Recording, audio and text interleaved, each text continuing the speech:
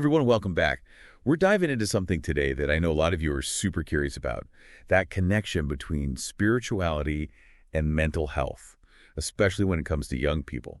And we've got this really thought-provoking article by Ernie Vecchio. It's called Spiritual Beginnings and Psychological Challenges.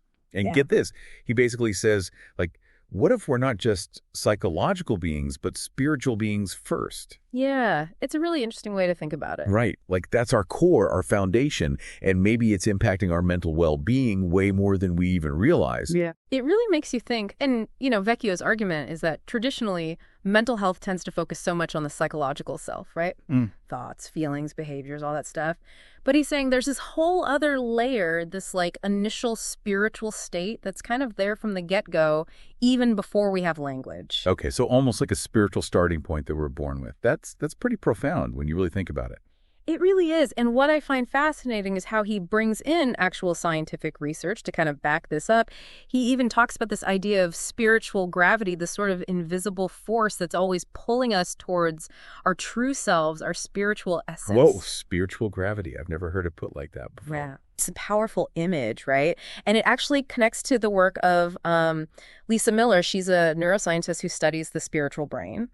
And she's found that there are actually specific neural circuits that are involved in those moments of spiritual experience, that feeling of connection to something bigger. So there's actual science to back this up. That's kind of mind-blowing. But then, okay, if we're wired for this, if it's so important, why are so many people, especially young people, really struggling with their mental health these days? That's the big question, right? And this is where Vecchio's argument gets even more interesting. He says that basically modern life, with all its complexities and distractions, all the things, it kind of overshadows this natural spiritual core that we have.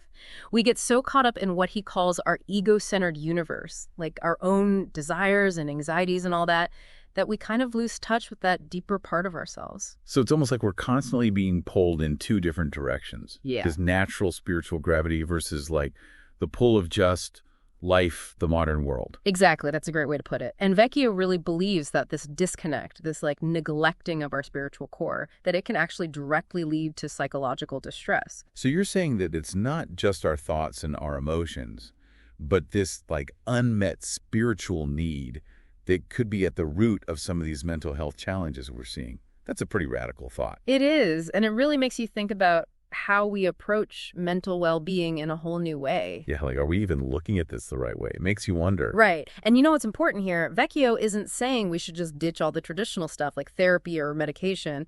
He still sees those as valuable tools for managing the symptoms people are dealing with. Okay. But he's suggesting that maybe we're missing a big piece of the puzzle if we only focus on that. So it's you got to deal with the symptoms, but you also got to figure out what's causing the problem in the first place. Exactly. Get to the root of it. Okay, I like that. But then how do we actually do that? How do we actually nurture that spiritual core, especially in a world that just seems so focused on everything external all the time? Well, and this is where it gets really cool. Vecchio actually lays out some practical things people can do, these practices, to reconnect with their spiritual essence. Okay, so less theory, more action. I'm into it. Right. And one that he emphasizes is mindfulness meditation. I know everyone's talking about meditation these days. Right. It's a huge trend. It is, but what's really interesting is how it links back to that whole spiritual brain idea we were talking about. Oh, so. Well, by practicing mindfulness, you're basically strengthening those same neural circuits that Lisa Miller and other scientists have linked to spiritual experiences. So it's you're literally working out your spiritual muscles. I love that. Okay, but what about people who meditation just isn't their thing? Are there other ways to kind of tap into that side of themselves?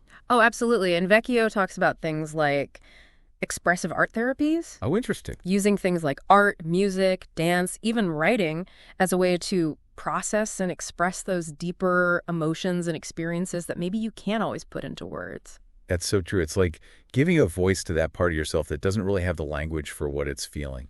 And it makes you think, we're always encouraging kids to be creative and express themselves that way when they're little, but it's we kind of forget about that as we get older. Yeah, totally. And it highlights how these practices aren't about some strict set of beliefs or anything. It's about connecting with something that's already there inside of us, that very human need for connection and meaning and something bigger than ourselves. So it's not about adding something new. It's about like rediscovering and nurturing something we already have. Exactly. This is really starting to make sense now, but I am curious.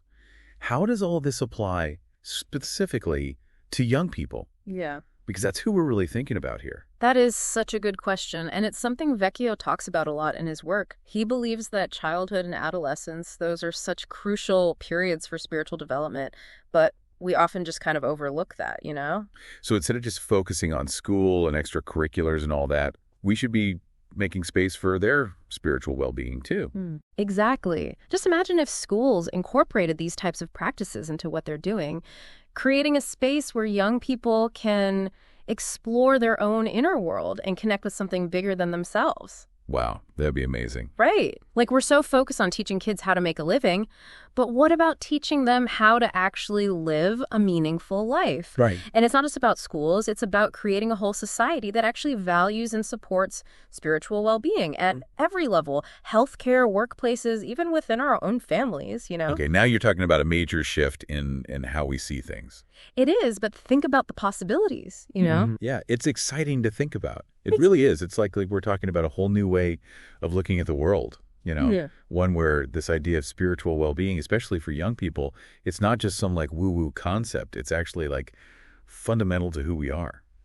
Yeah, and the best part is it's not just some nice idea, right? Like, Vecchio actually gives us things we can do, these practices that can help us actually nurture that part of ourselves and help kids do the same. Exactly. That's what I love about this. It's like, it's not just theory. He's saying, here are some things you can actually try. Like, Yeah. if this is resonating with you, there's a path forward, you know? Totally. And it doesn't have to look the same for everyone either. Maybe mindfulness meditation is your thing.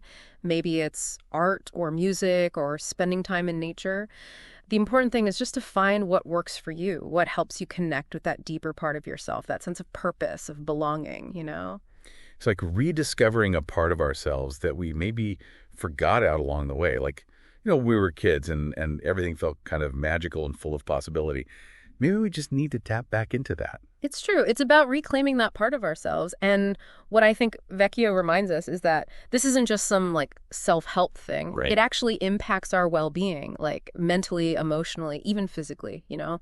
It makes you wonder, like, what would the world even look like if we all took this seriously? If we put as much emphasis on spiritual well-being as we do on, like, physical health and mental health. Right. Imagine if, like, in schools, we were teaching kids not just how to read and write, but how to find inner peace, how to be more compassionate. In workplaces where people actually feel valued, like they're not just a number.